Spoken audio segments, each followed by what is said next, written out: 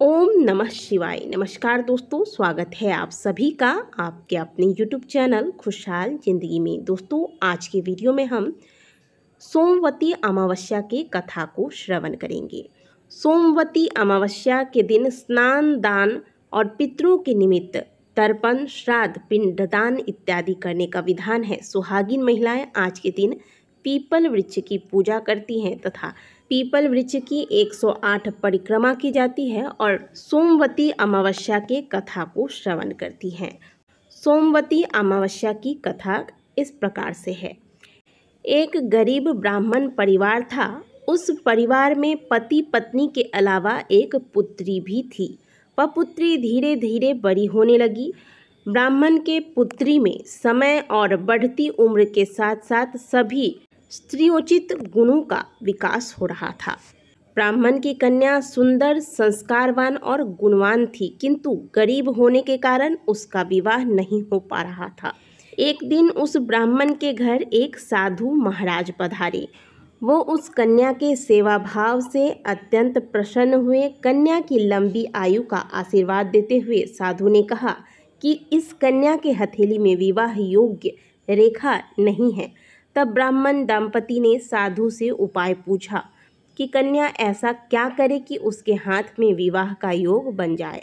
साधु ने कुछ देर विचार करने के बाद अपनी अंतर्दृष्टि से ध्यान करके बताया कि कुछ दूरी पर एक गांव में सोना नाम की धोबिन जाति की एक महिला अपने बेटे और बहू के साथ रहती है, जो बहुत ही आचार विचार और संस्कार संपन्न तथा पतिपरायण है। यदि यह कन्या उसकी सेवा करे और वह महिला इसकी शादी में अपने मांग का सिंदूर लगा दे, इसके बाद इस कन्या का विवाह हो तो इस कन्या का वैधव्य योग मिट सकता है। साधु ने यह भी बताया कि वह महिला कहीं आती जाती नहीं है। यह बात सुनकर ब्राह्मणी ने अपनी बेटी से धोबिन की सेवा करने की बात कही। अगले दिन कन्या प्रातःकाल ही उठकर सोना धोबिन के घर जाकर साफ सफाई और अन्य सारे कार्य करके अपने घर वापस आ जाती है। एक दिन सोना धोबिन अपनी बहू से पूछती है कि तुम तो सुबह ही उठकर सारे काम कर लेती हो, परंतु कुछ पता ही नहीं चलता। बहू ने कहा, माँ जी, मैं तो सोच रही थी कि आप सुबह उठ के सारे काम खुद ही खत्म कर लेती हैं, मैं तो देर से ही उठती हूँ।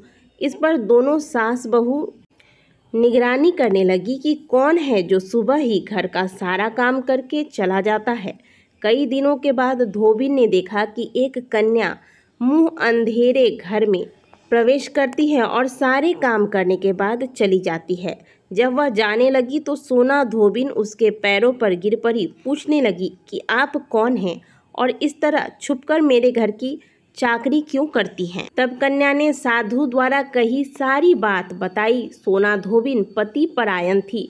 सोना धोबिन में तेज था। वह तैयार हो गई। सोना धोबिन के पति थोड़ा अस्वस्थ थी। उसने अपने बहू से अपने लौट आने तक घर पर ही रहने को कहा।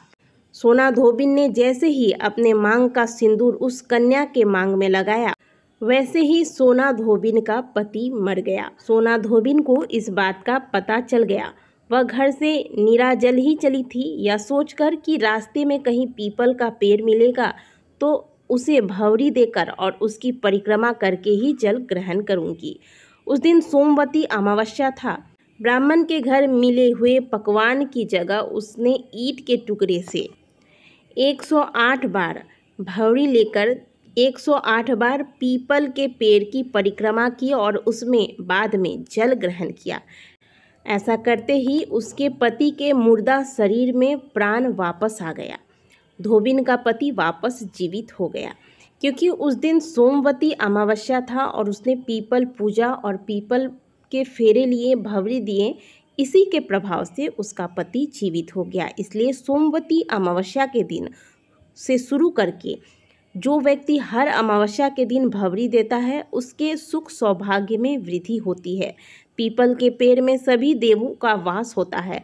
अतः जो व्यक्ति हर अमावस्या को न कर सके, वह सोमवार को पड़ने वाली अमावस्या के दिन 108 वस्तुओं की भंवरी देकर सोना धोबिन और गौरी गणेश का पूजन करता है उसे अखंड सौभाग्य की प्राप्ति होती है।